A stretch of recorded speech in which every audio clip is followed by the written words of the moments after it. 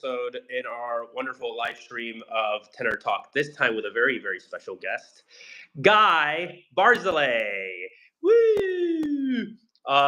For those of you who do not know Guy Barzilay, he is the, can I say president or founder of International Management Guy Barzilay Artists. They work globally, many places in Europe, many places in the United States, managing wonderful plethora of wonderful artists. They currently have one of the best tenors today. Uh, he's currently We do. my own management as well. So thank you so much for being here. And yeah, these live streams, Guy, you already know, they're always been founded or circulating the theme of vocal technique and singing. It all started with sort of my experiences in stage and tenor technique and stuff. But what I think is going to be a gold mine talking to you and sort of digging deep into your wisdom is aspects about the opera business, the career. It seems to be almost like a whole different world, right? Because we as singers develop the voice, and we spend years developing the instrument, and then the question is, how do I have now a career? Where do I, how do I transfer or transition? I think that's the best word. So we'll start as people jump in and ask their questions. I kind of wanted to get a little bit of your beginning and sort of ask you, how did you sort of personally fall into the world of opera and artist management? And was this always the plan, or did it change or happen by accident? Tell me a little bit about it. Yeah, it was a complete accident because I was a singer. I was trained as a singer. I thought I was going to be an opera singer until I, got smart. And no, but I went to school to be a singer, and then I was actually singing a bit. And how it worked is that actually the person who was my manager actually said to me, I think you'll be a great agent.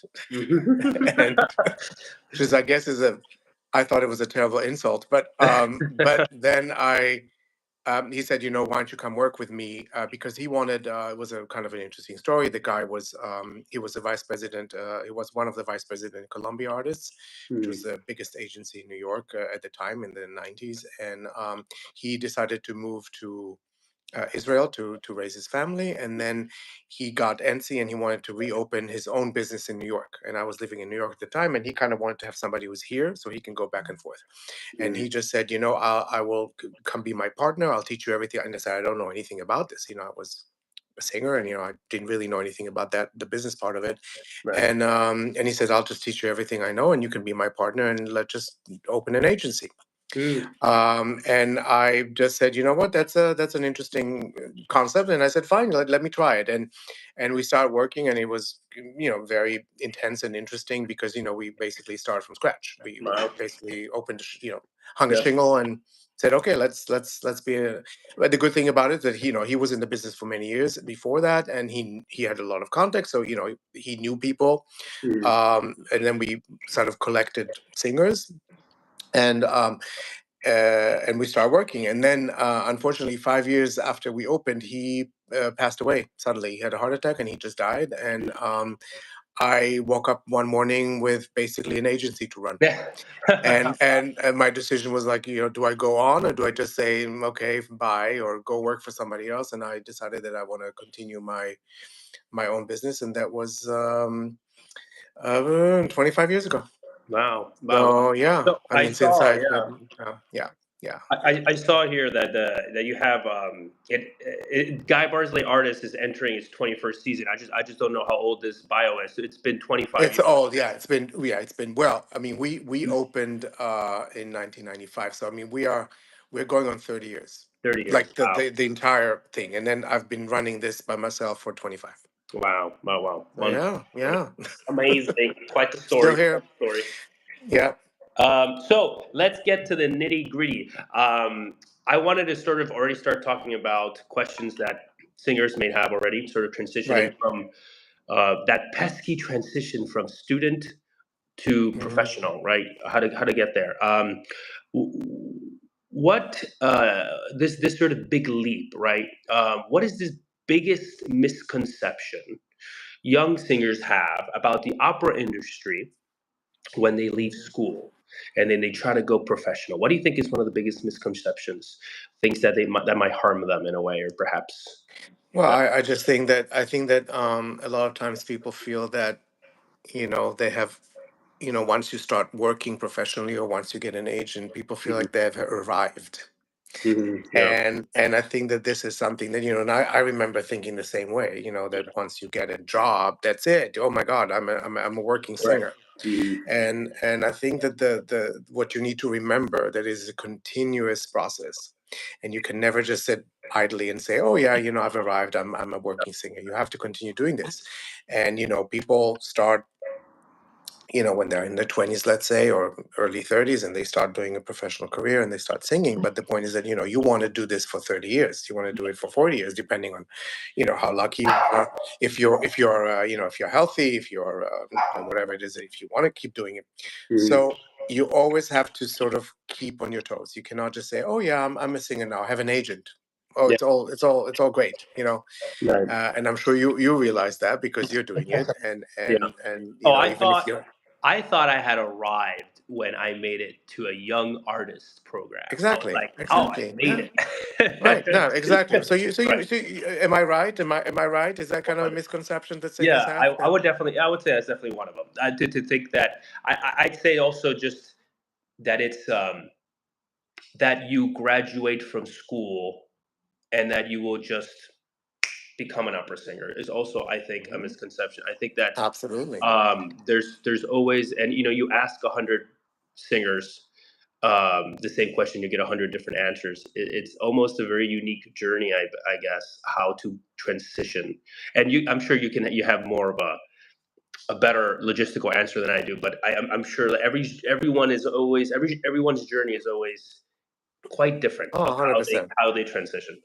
100%, 100%. And the thing is also the misconception is that it's maybe not a misconception, but something to think about is that what I say to people, there are a million ways of having a career. Yeah. And everybody needs to and we can talk about this further, but the point is that to make it sustainable, it has Hmm. to fit you. Right. Because if you try to push the career you think you should have, or a career, if you look at other singers and be like, I want to have a career like theirs, Hmm. a lot of times that doesn't work because everybody is different. Everybody has different temperament. Everybody has different threshold of what they can tolerate or what Right. they like. And the Yeah. point is that you need to be comfortable in the way your life is. So Yeah. you can be one of those people that want to hop on a plane every day and go in different places. You want to be always very, very high stress situation. Other people say, no, I really want to have a nice home in one town. I don't want to travel much, and they can still have a very wonderful, fulfilling career, singing in the same opera house in Germany for 30 years. Right. So everybody can have a different kind of career, and some people can have a combination of both. Yeah. Some people say, I need to work 12 months a year. Other people say, no, I can only work 10.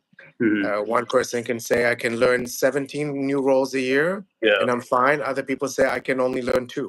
Right. Right. So you need to decide very early on what is it that you want to do, and of course, be open minded and see, I can try this for a while and see if it works for me or not. And I think that's also the most important thing about be very communicative with your agent about this. And this is something that I ask people when I start working for them, is that what do you want out of this career? Hmm. How do you see your career? And some people say, I'm open to this, I'm open to that. Let's try. Hmm. Hmm. And there is an element of luck and also where the chips fall. You just don't know because Right. people end up in all kinds of different situations. So Yeah. there's many ways of doing it, and I think that that's a misconception of singers say, okay, now I work here, and then I'm a young artist, and then I work here, and then I go to that house, and I go to that house, and the thing is that you don't know what's going to happen to you Right. Yeah. because everybody's life is different. So be open minded about that. Yeah. No, of course. Now, by the way, thank everyone who's joining in. And I think I made a mistake and I did not put the live chat on because I don't see it. So I may have made a boo boo. But either way, and I don't know how to fix it. Either way, I will be asking what I hope is the questions that you guys are probably going to be asking Guy, which is all about business stuff. So stay tuned. Don't be disheartened because you can't write. Now, Guy, you listen to singers all the time. I mean, you're invited to as part of the panels. You're invited for auditions. You're invited for competitions. One of the questions that I have here for you is it's what is the one thing that seems to never be taught, perhaps in conservatories or young artist programs, that you wish singers knew before knocking at an agent's door, or perhaps let's open it to before auditioning. Let's say for an agency or for a job. What do you think is perhaps one of the things that is missing? Um, I'm not. I mean, look, the point is this. I mean, you can have. I mean, there's two things here. That you can say what is an audition technique, Right. or say, okay, what is the, and this is something that I think is sometimes is a problem with singers is that to me, 99.9% of success in auditions is the correct repertoire. And it seems that there's a sort of a theme of people not getting that right necessarily. And the thing is, it's not that it's 100% wrong. It's not like a soubrette comes in and sing dramatic soprano arias. But even within your repertoire, you need to figure out what is the thing that really, really fits you. What is the thing that really, really speaks to you, and what shows your abilities to the best. So, you don't have to double guess people and say, oh, I think they're going to like this. I need to sing this aria because I think people will like it. Yeah. You need to sing things that really, really fits you. And sometimes it really is a difference between that Mozart aria and that Mozart aria. So it's not like it's not like a very obvious thing sometimes. Yeah. And this is something that we work on very often when I have singers who audition. I go and I listen to the auditions and we go by trial and error. We say, you know what, that aria works better. Yeah. Even it can literally be that aria of Susanna or that aria of Susanna. Yeah, So yeah. it can be And I've very, seen very you, subtle. right? I've It can seen be you very, working. very subtle. You have good representation. And also I say to people, if you don't like the aria, it shows. No matter how well you sing it, it shows that you're just not into it. And sometimes you need to switch things around just because you get bored of something, because you keep singing the same thing over and over again. So you always have to be on your toes in that sense of like really finding the right repertoire for you. And a lot of times, I look at the list and I say, why did you start with that aria? Because then I choose. So there are two ways of doing it. Either you look at the list and you be like, oh, I'm trying to help this person out, and I'm going to choose the thing that I think is going to work very well for them. Or if I see something that to me is kind of strange, I don't know why they chose, I'm going to say, okay, that's interesting. It's a trick question. Let me hear that. Yeah. So you kind of don't want to be in that situation in a way. You want to be in a situation where I look at the list and I'll be like, okay, you understand who you are. And I respect that in a singer. So when somebody gives me a list and I see, oh my God, you have no idea what you're supposed to do, I lose interest because it seems like the people don't have a very good sense of themselves. So this is something that sometimes is not taught because people go and they work with the stuff with their voice teachers and their coaches, and they don't necessarily look at it in a sense of like, okay, how do I sell this person? Yeah.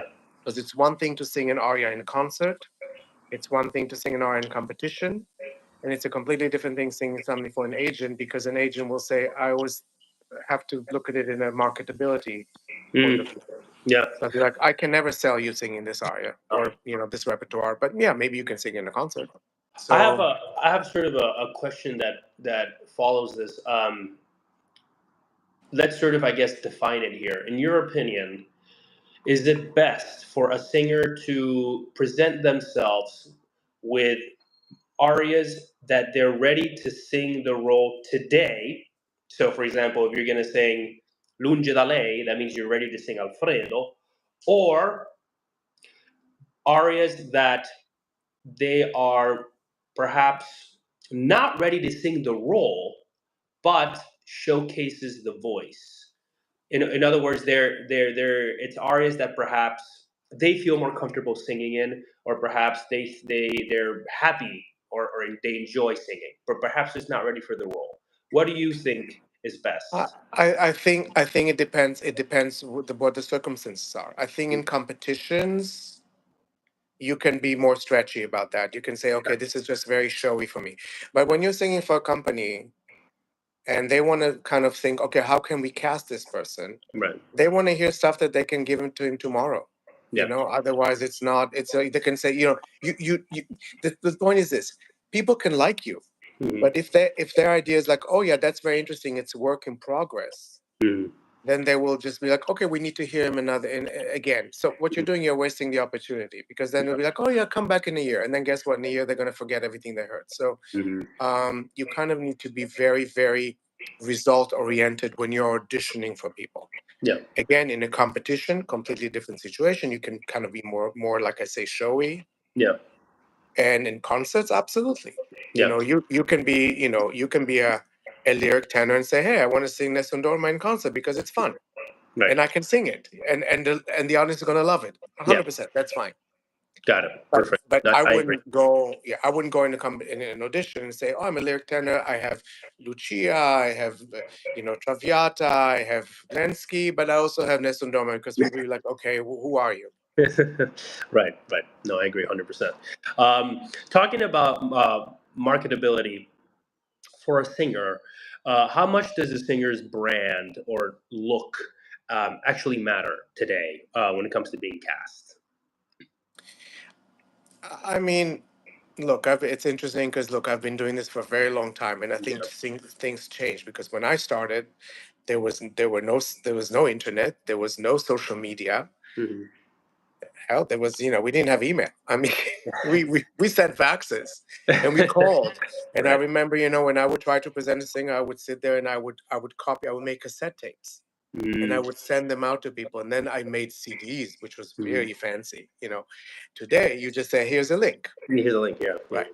Perfect. So, I mean, to a certain extent, I think it's important that you are representable. I mean, people, of course, today's world is very visual.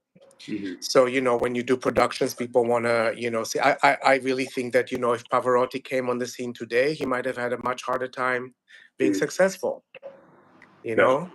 know, because of the way he looked. So, fair, not fair, right, not right. It's just the Mhm. way it is. Now, So, so go yeah. ahead. Sorry, go ahead. No. So I'm saying. So I think it's good to be, if you can, Yeah. do whatever you can to be representative, no matter, again, no matter what body type you are, no matter what, it's fine.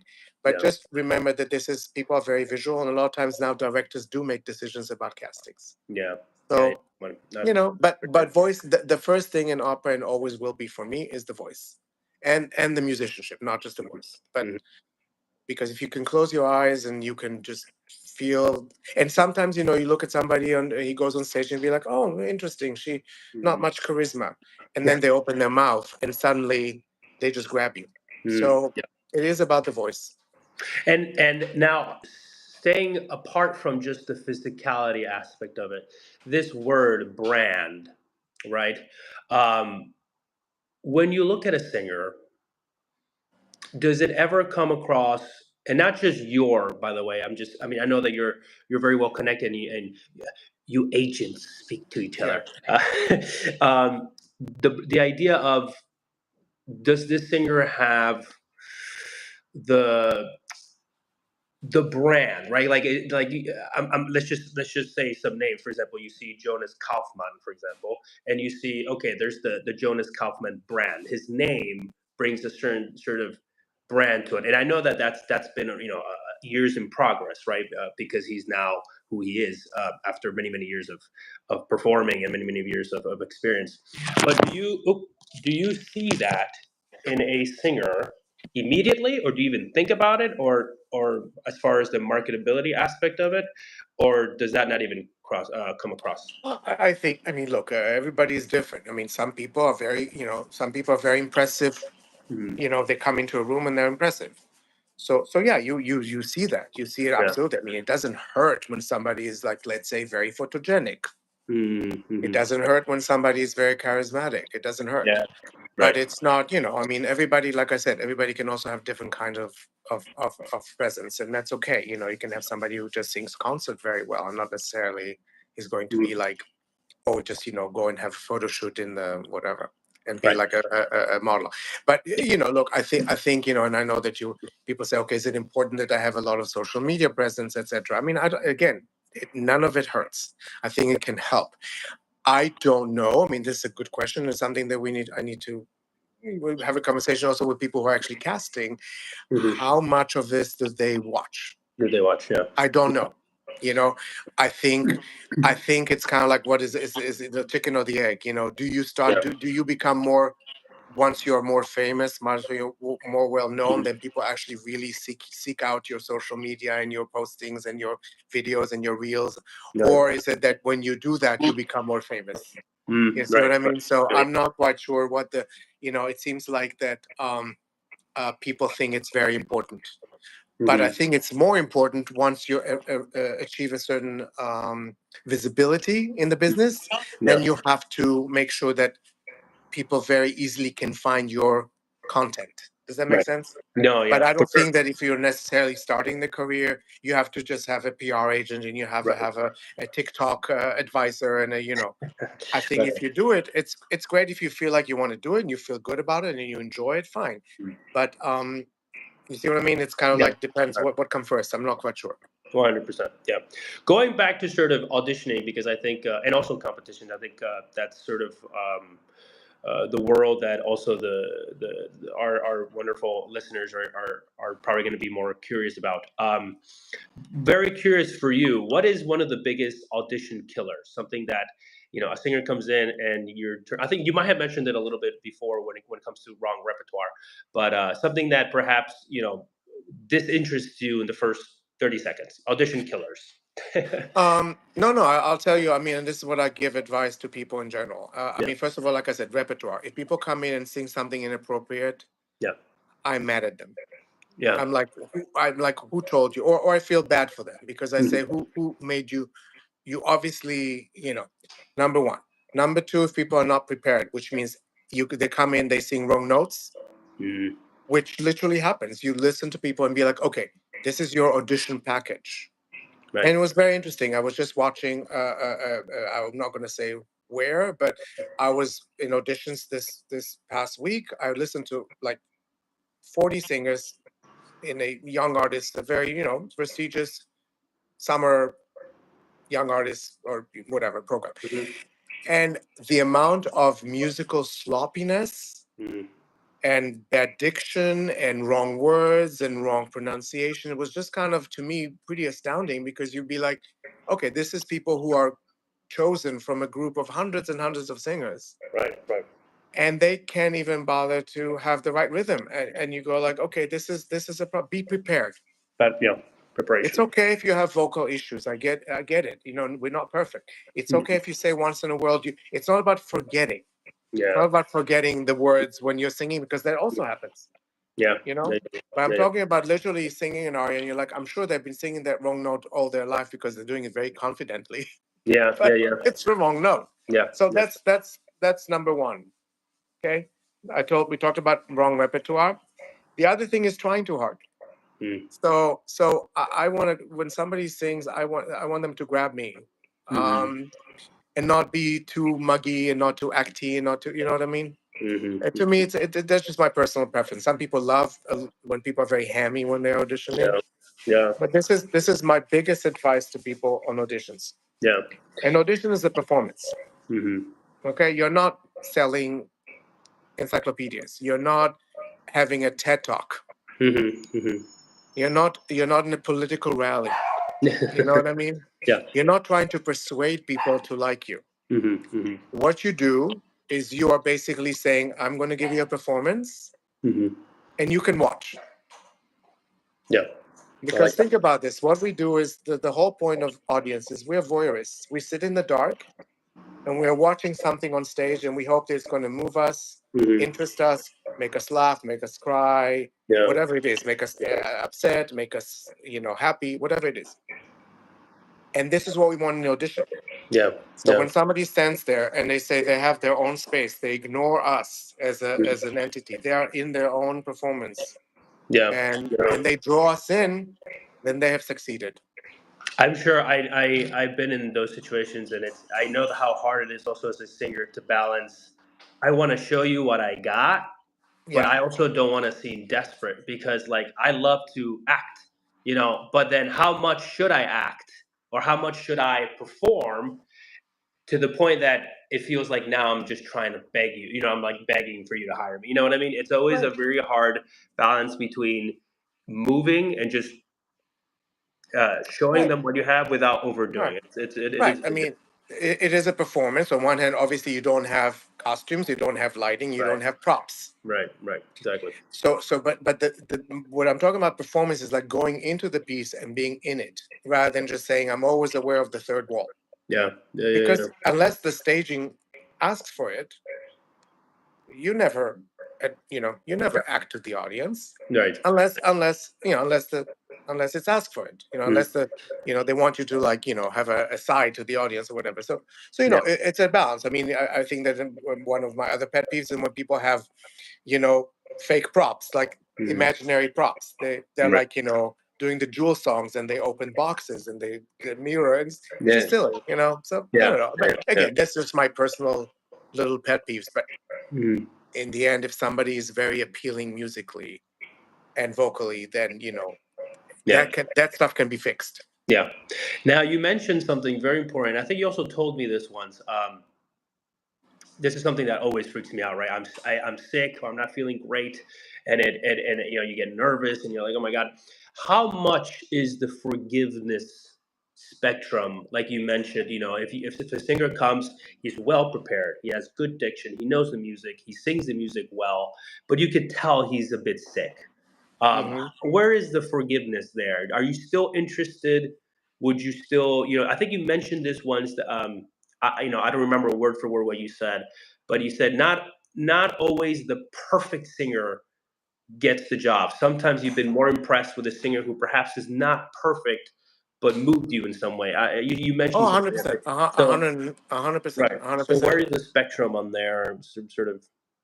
I mean, I it know it's depends. I hard. mean, you need to gauge how this the two. So just to clarify your question, one is Yeah, like when you are who you are, but you're just under the weather. You're not well. right. That's one thing.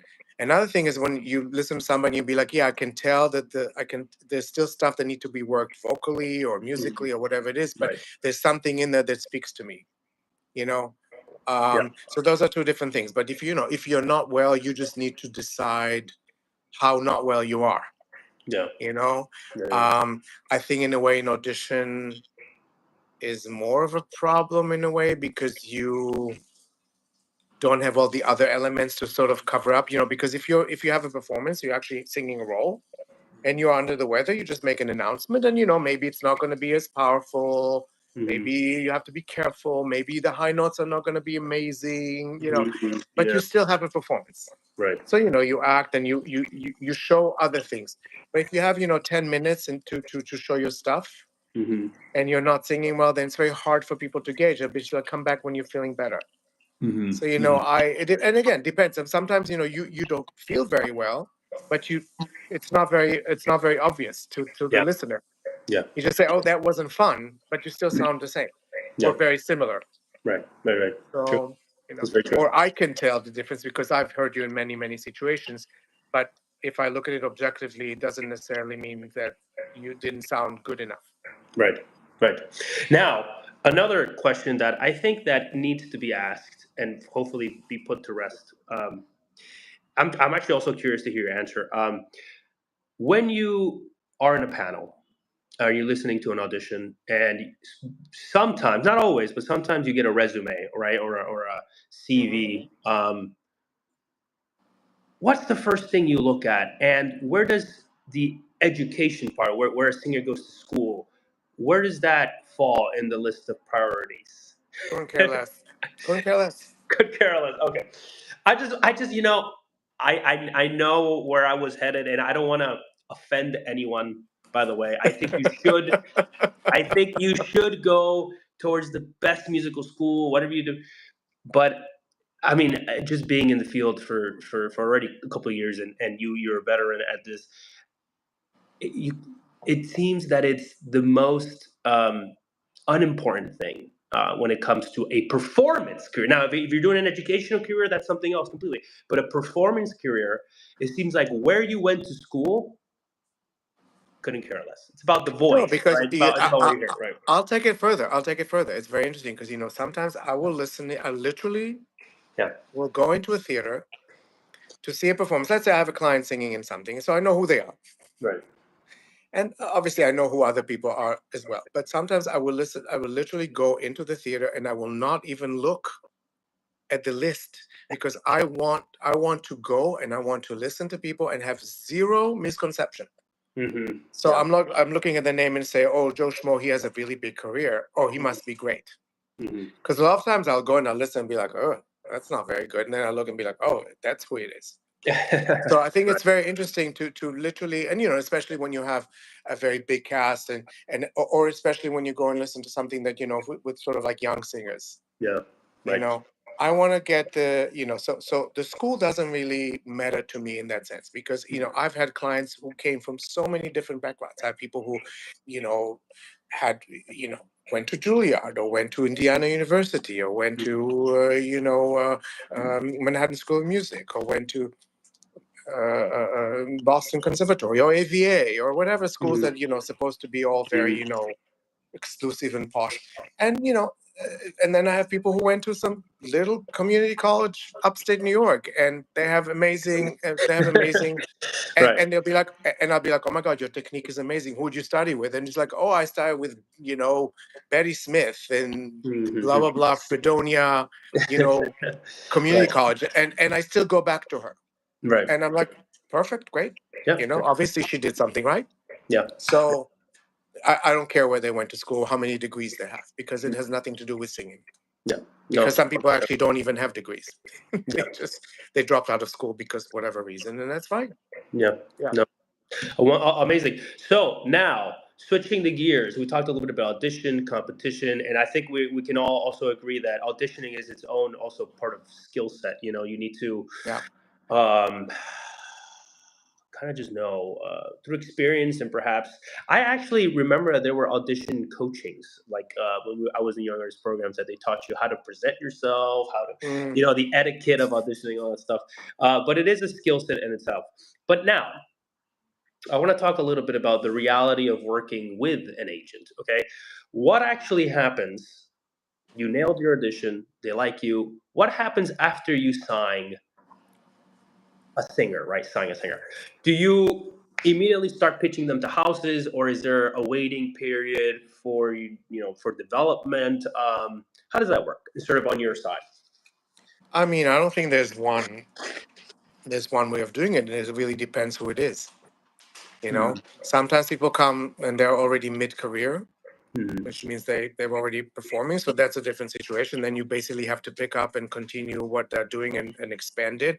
Sometimes you pick up somebody who's very young and just starting, so which means that there's appropriate things for them to audition for and to push them for. Sometimes you say, you know what, sometimes you have a situation where you're kind of starting a relationship with somebody unofficially and you kind of watch out for them, which means you still propose them for things, you still send them on some auditions, but you're very, very careful because they need to still simmer and cook. yeah. Sometimes especially when you start with somebody who is still in a young artist program, you have to be respectful of what they are needed for just if somebody's at the Met Lindemann or in Washington in the Cafritz or in LA or wherever they are, Mm, they still have to do the job that they do there. right. So it's a bit more hands off in that sense. You kind of Mm, because they yeah. have a schedule, so you can't just So it really depends who the person is. Right. So all of those scenarios that you have mentioned are possible. You Yeah. can wait and see. You can watch them. You can send them on smaller things. You maybe want them to really just still go and do a lot of competitions and try and get their name out there. Maybe do a Yeah. young artist program. Maybe be in a studio in a good opera house in Europe. Yeah. And some Totally. people are ready to just go and do auditions and and really push them. Yeah. So yeah, Yeah. depends 100%. depends who the singer is. Yeah, but I think we could also clarify as a misconception that, like you mentioned, it's not like, oh, I signed with an agent. That's it. I'm now professional opera singer Oh singing yeah, everywhere. Right? It doesn't. yeah. It doesn't quite work work that way. I would say there is a development process, and that process, like you said, depending on where a singer is, if you're starting from scratch, right, from just like you finished Mm-hmm. school, you auditioned, an agent is interested in you. I think that there's still a very long process of continuing to audition, Oh, 100%. No, and getting sort of people to hear you.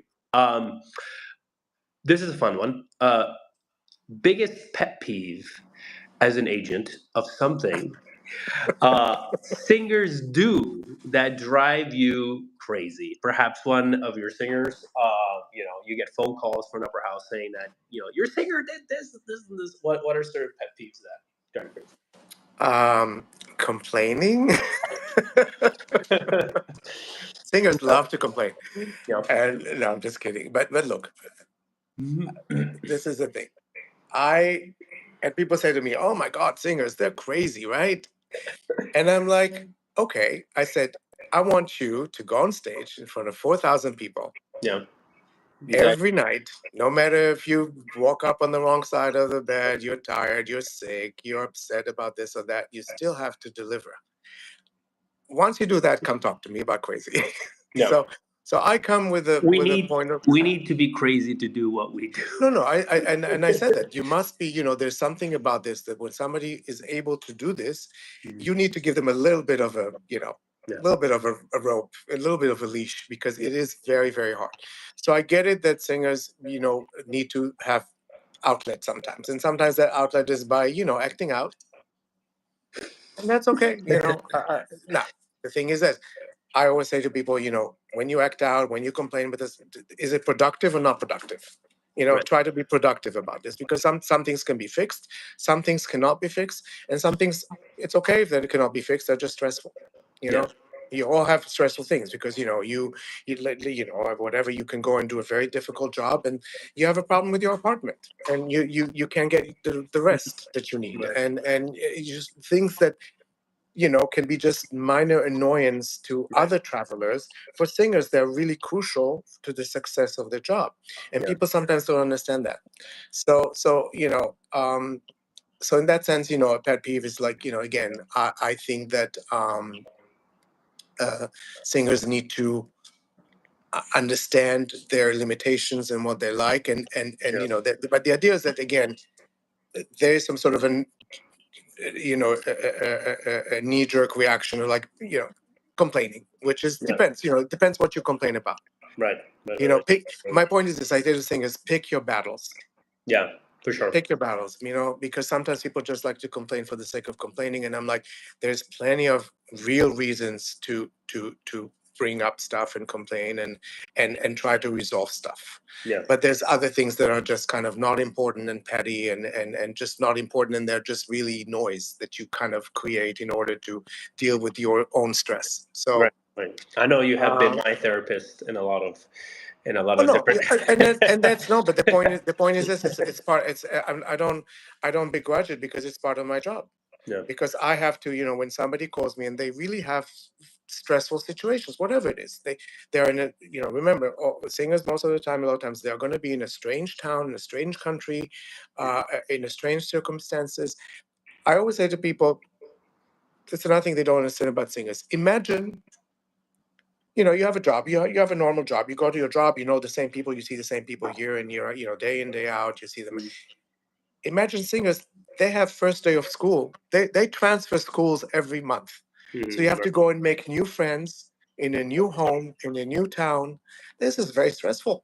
Mhm. Think Mhm. about that, Yeah. right? You go in a room full of strangers, and Yeah. you have to make nice with them, you have to get along with them, you have to like them, you have to be very intimate with them, because you're on stage doing your thing, Mhm. and Right. it's hard.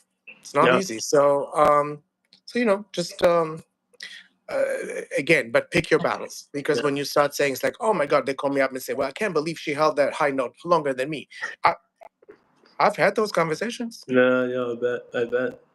Oh yeah, when people call me and say, oh, that Yeah. bit, she's holding the high note. She hates me. She's doing it on purpose. And I'm like, Right. okay, let's Right. just, Yeah. no. No, I get it. I think, hold a sense of professionalism, and I think that other than complaining, I'm sure just lack of preparation or not showing up to rehearsal, showing up to rehearsals late or stuff like that. I think Right. just that all falls into the professionalism part of it. And if you're not a professional, it makes you less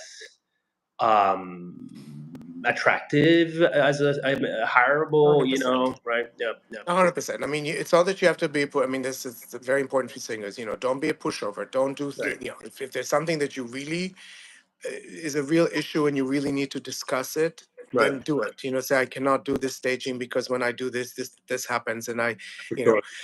or I need this, I need help, I need whatever it is that you really need to, or this rehearsal is too much. Yes, there's things that are important, but you also have this thing where people are just being difficult for the sake of being difficult because it makes them feel important. Right. Like the certain tenor who always automatically will always demand coming 1 week late Hmm. because they are paranoid and they think that the soprano is going to come 1 week late. Hmm. So Yeah. because one time they came on time and she wasn't there and that was the end of it, and now they have to come late every single time, and that's just Yeah. not being a good colleague, not being difficult for being for just for the sake of being difficult, and have people like try to you know placate you, and it's not a good look. Yeah. And Before. Yeah. remember, when your voice, you're not people. A big part of this is that yes, you can be sing like God, but if you're difficult to deal with, people will, in the end, the Mhm. minute you even remotely don't sing as well, they're just going to drop. Yeah, that is true. And That's a and lot. on the other side of the coin, even if you're not at best shape, even if you're getting older, you're not singing as well. People be, oh my God, we just love having her around. Let's Right. hire her. It's hard. Right. Right. Yeah.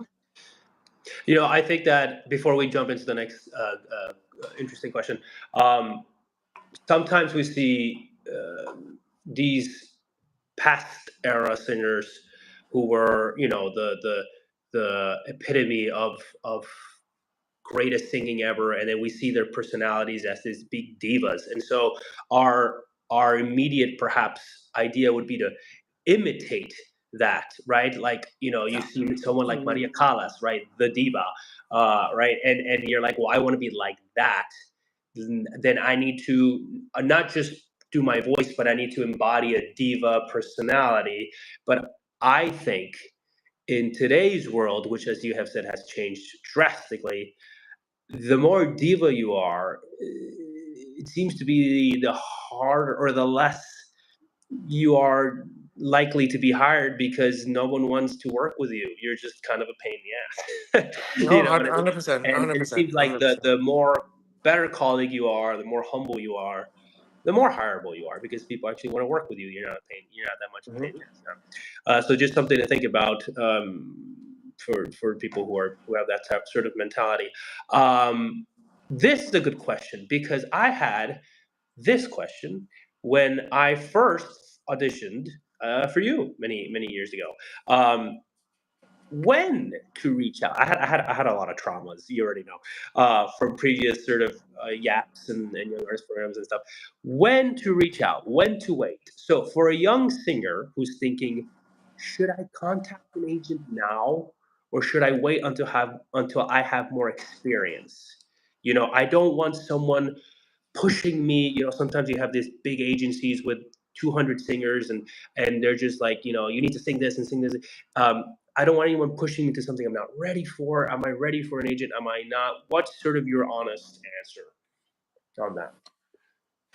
I mean, I think most of the time, I think the best or the smartest way is to sort of do it through some sort of a sort of an organized situation, such as if you're either a young artist in a summer program, or you're a young artist in a year-long studio situation, or Mm, you're in a competition, or you're in school and somehow it's being arranged for you. I mm, think that when you're just finishing school, it's very hard for me to gauge. I mean, the thing is this: most of the time when people finish school, they try, of course, the next phase will be to try either get to a good summer program, mm, like whatever it is in here, Santa Fe or Glimmerglass or Wolf Trap or whatever it is. And I usually will hear all these people because I'll either go and actually see them in an audition, or I'll hop on a Zoom when they arrange it, because you can watch watch them now.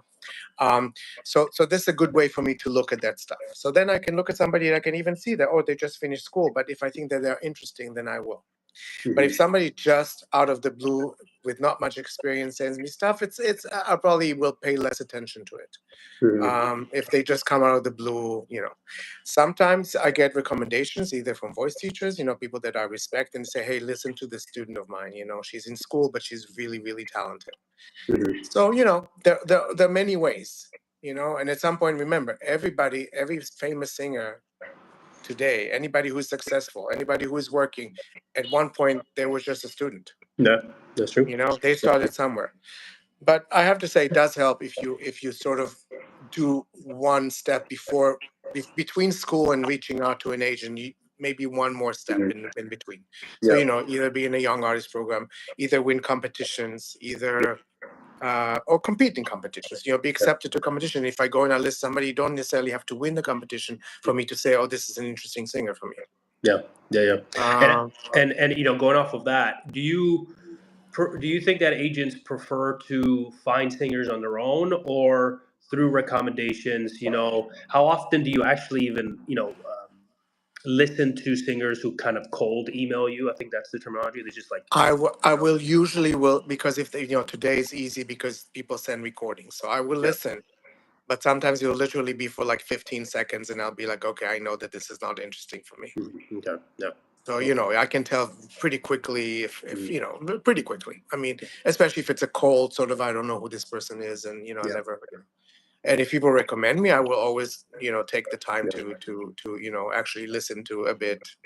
So yeah.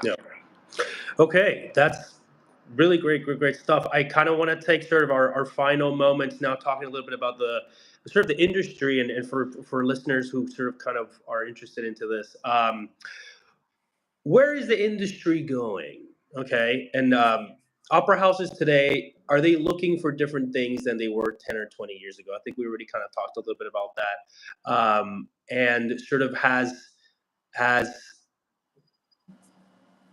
this question has the idea of the pandemic, but I don't want to talk too much about that. But has things permanently changed? It's a good question. It's like I think that the world right now is just in general more complicated because of money. The arts is really not a priority for many places, and now it's becoming. It was never a priority in the United States because, as you know, the arts is not being really supported by the government here, like it was in Europe. And we always felt, oh, Europe is always going to be, great because they really value art and music and stuff, and that is changing, unfortunately. So they're having huge budget cuts in every single country in Europe. In Germany, huge cuts. In France, huge cuts. In Italy. So, a lot of those places are kind of now saying, it's not so important to us. Right. So that's going to change the because it's going to be less work. There's going to be less opportunities, unfortunately, for singers. I think that, houses in Germany, for example, will have to rely more on their ensemble members because they will not have as much money to hire guests. Yeah, that's true. So I don't know. I think change, and we always have to look at now. Again, I like to be an optimist. I'm never say, oh, the business is done and it's all crap and it's never going to be the same because there are good singers coming out. So I don't like to be that person say, oh, in the old days, I used to be blah blah blah. Which it's very easy for me to say because I'm a little older than you. And when I came to New York in the 90s, you would go to the Met, and one night it would be Pavarotti and Aprile Milo, and the next day it would be, and I heard Franny live with Alfredo Kraus, and I heard these people, and I would go every night, and it would be, oh, Domingo is tonight, oh, Pavarotti is tonight, oh, Kraus is tonight, and I would hear these people like just randomly on a Tuesday night because they were on. So yes, I can say, oh, the good old days you could hear, but I think there are good singers today too, and I believe in the business, and I believe in the art form, which is the most important thing. So my point is this: if you want to do this, don't feel like, oh, it's not good enough. It's not good times to do it. If you're talented, and there's always room for people to have careers. So if that's your dream, and if you're lucky, and if you're talented enough, go for it. Yeah. That's really my advice to people. Don't be discouraged, because you just have very tunnel vision about what you need to do, and not to say, oh, what is the business doing? Because you can be very successful even in a tough business. And you just mentioned something which is kind of what the next question is, but I have a little question of my own. Luck. How much does luck also kind of play a part into this? Big. Because you could be, yeah, you could be very well prepared. You could have a fantastic voice. You could have the appearance, the physicality, the charisma, and you might even know the right people, right? All these things are needed, like who know, who you well connected, these people, and then there's the luck aspect, just being in the right place at the right time, singing for the right person. I think all these Absolutely. things, yeah, make. Absolutely. I mean, a lot of times I can look back at somebody who's, kind of developed a very successful career. I can look back and say, what was the moment that it pivoted to the Mm, right direction? And the thing is, you don't know it, right. because a lot of times, you think you get like this amazing debut, and you go and you do it, and it goes pretty well or whatever, and then somehow it doesn't propel it. Hmm. You know, I mean, Yeah. and sometimes, and I have really crazy anecdotal stories of why somebody became famous suddenly. Hmm. And a lot of them are just the most random, Right. Yeah. strange. I don't know. Do you want to hear a story? I mean, I can tell you a Yeah. Yeah. couple of Yeah. Of stories. I course. mean, Sure. I Sure. mean, I used to have this. I used to manage this tenor. His name was John Frederick West, who was an amazing Wagnerian tenor, who had an amazing career. Halfway through, he was a working singer, kind of like doing what everybody's doing the, covering at the Met, singing some stuff, and but he was kind of waiting for that sort of big Well, break, yeah. and and um, he went to. We got a call for him to say Pittsburgh Symphony was doing Act Two of Tristan with Lauren Mazel, and it was like, oh, we kind of need a cover. Can he just? And he's like, oh God, I don't want to go to Pittsburgh. Yeah. And he went to Pittsburgh. And that was it, because Lauren Mazel heard him and was just like, okay. And then he hired him everywhere. And then everybody else hired him everywhere. So Mm, you see what I yeah. mean? You Yeah. cover in Pittsburgh, and Yeah. and then the next thing you know, you're singing La Scala and Covent Garden, and Yeah. it's just the way it Yeah. is. Yeah. You just don't know. So I always say to people, that's another thing I say to people: be yes people. Yeah. Be a yes person. Don't go, oh, that's beneath me. Oh, I don't want to do it. I said the worst thing, you'll have the money, and Right. and that's it. Worst thing, you Work. spend some time, but you never know. Yeah. And I had another situation with another person who was kind of trying to find her way, and and we said she got an offer to do a supporting role in Manon in Dallas. Mm. And she's like, "Oh, okay, I'll go to Dallas because I need the work." And she went there, and the director was a very famous director, and he loved her. And then that was it. Yeah. And next thing you know, she's in La Scala, she's in Paris, because he liked her, and he said to people, "I want to hire this person." Yeah. No. Just never know. No, So it's amazing. It's amazing. Although the whirlwinds and I do like that. Just be yes yeah, person. Just yeah, you never know. And sometimes the lucky moments happen yeah, in the most yeah. unexpected ones, right? Right, but Uh, also, yeah, but also the highway of opera is littered with the bodies of people who should have been yeah. huge stars, and something happened and it just didn't work out. And So there we go. Yeah, that's very true. Talking about sort of luck and mhm. what ifs too. Is there still room for risk taking casting, right? Are houses today willing to take a chance on an unknown talent, especially for perhaps a leading role?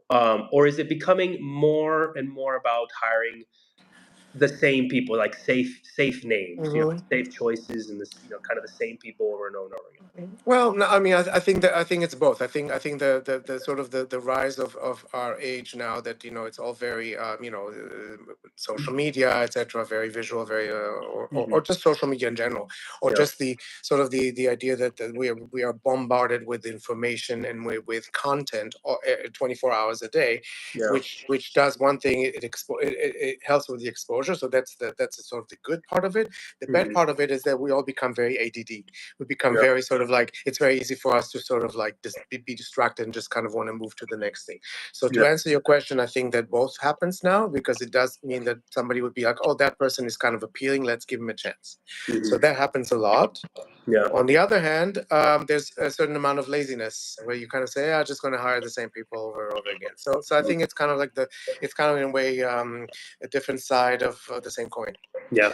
But there is, you definitely will have situations where people will take a chance on somebody and give them a job just because you push for them and they say, okay, let's do it. Brazil. Yeah. Okay. That's very nice to hear, I think, too. Yeah, no, absolutely.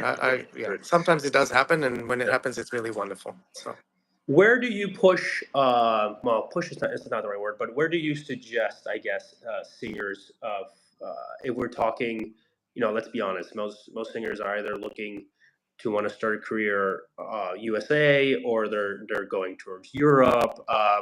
What's sort of your best advice if, for example, you have a singer who's located in the United States, or you have a singer located in Europe? Is there a place that you seem to kind of like, you should go towards here, and perhaps there's more opportunities here? And what's your advice on that? 100% Europe.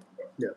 100%, because United States, the way things are cast here is just that you just have regional. You have the big houses, of course, but then you have the regional ones, and you kind of have to go and get the one job and the one job and the one job. And in Germany, first of all, you have the idea of, it's not a bad thing for any somebody who starts a career to maybe spend a year or two as a fest, if it works out, to try out your roles. Some people don't do it. It's not that there's one way of doing it, but the thing is just by sheer by sheer numbers. There's just many more opportunities in Germany. There's so many more opera houses, and you can get experience and make money. In the United States, it's much more difficult in that sense, and especially now, where I think all the regional companies in the United States are really, really struggling. So they're cutting productions, and then they're doing they rely very heavily on their young artists. They do things that are kind of like children's opera, and things that are just not really even main repertoire. So unfortunately, that's not the best place to start a career. Right. And again, connecting to the question we had about opera houses taking a chance, I think for a young singer, or a developing singer that's starting a career, you'll probably find more houses who would take a chance on you in Europe than you would United States. I don't think, and again, I may be wrong, but I don't think that a lot of the major opera houses in the United States are going to be taking a chance on leading roles for 20-year-olds unknown. You know what I mean? You'll probably be more lucky, or you'll have a better chance in Europe for sure. 100%. Yeah. So the last couple of 2 minutes, and thanks again, guys, for being so generous with your time. I know that you're everywhere, and you're probably have a million things to do. Some rapid fire questions before we finish. Quick sort of yes or no's. Okay. Should every singer have professional headshots? Yes. Yeah. Okay. Do you actually read CVs? We kind of asked this a bit, and you said that you don't like to read it, but you like, yeah. I do. Should you have a CV? How about that? Should you have a Oh CV no, as a singer? 100%. No, 100%. You have to have a CV. Yeah, 100%. I do look at this, especially if the person is interesting to me. If they start singing and they're interesting, I will definitely, because you can sit in a I would have a CV. Right. Yeah. Right. I like this one. Is being tall an advantage? Not necessarily. Not necessarily. Okay. Can personality compensate for vocal technique flaws? Maybe Yes. charisma terming. Okay. Yeah, absolutely. Have you ever heard a singer you wanted to sign instantly Yes. without wanting to hear more? You're like, no, I'm convinced 100%. Yeah. I've heard this tenor, Jose, what's his name? Forget. Yeah. I was like on the spot. I don't think that was instant though. And if this is sort of our final question, if you could tattoo, God, my phone is sliding up and down. Sorry. If you could tattoo one piece of advice on every singer, especially young singer's forehead, Yeah. what would it be? Be patient. Be patient. I like that. And yeah. Be patient. Be good to yourself. That's the other one. Yeah. Yeah. Those two. It's a frustrating journey, I think, and it takes a very special kind of people to not quit, to continue to strive through it, all the obstacles, I think. And again, this is just now my thoughts being on the other side of the coin. The amount of what's the word? Not resistance, but um, being declined. Again, that's not the right word, but you know what I mean. Like being very vulnerable, showing yourself, and then being um, rechazado would be in Spanish. I don't know why it's not coming to me in English. Decline, like they're facing a lot of criticism, right? So you're having a lot of people say no to you.